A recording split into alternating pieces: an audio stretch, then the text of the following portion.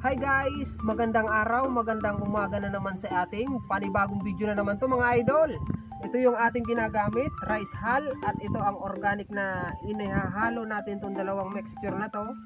Ito yung pinaglalagyan natin ng mga runners natin para maganda yung tubo niya, para mabilis mga ugat. Ito yung carbonized, hindi pala carbonized, rice hull lang pala kaibigan.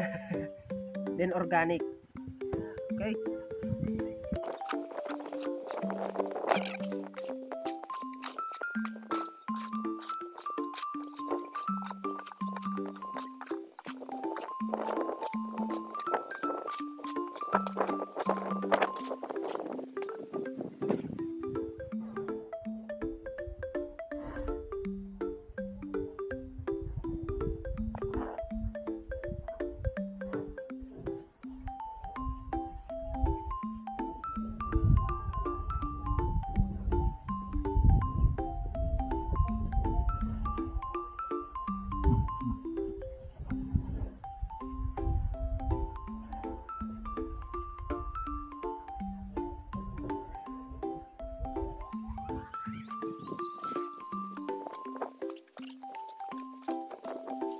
At ito na po yung ating mixture na pinaghalo natin, rice hull at organic na nabulok na mga dahon, mga bunga ng puno. Yan.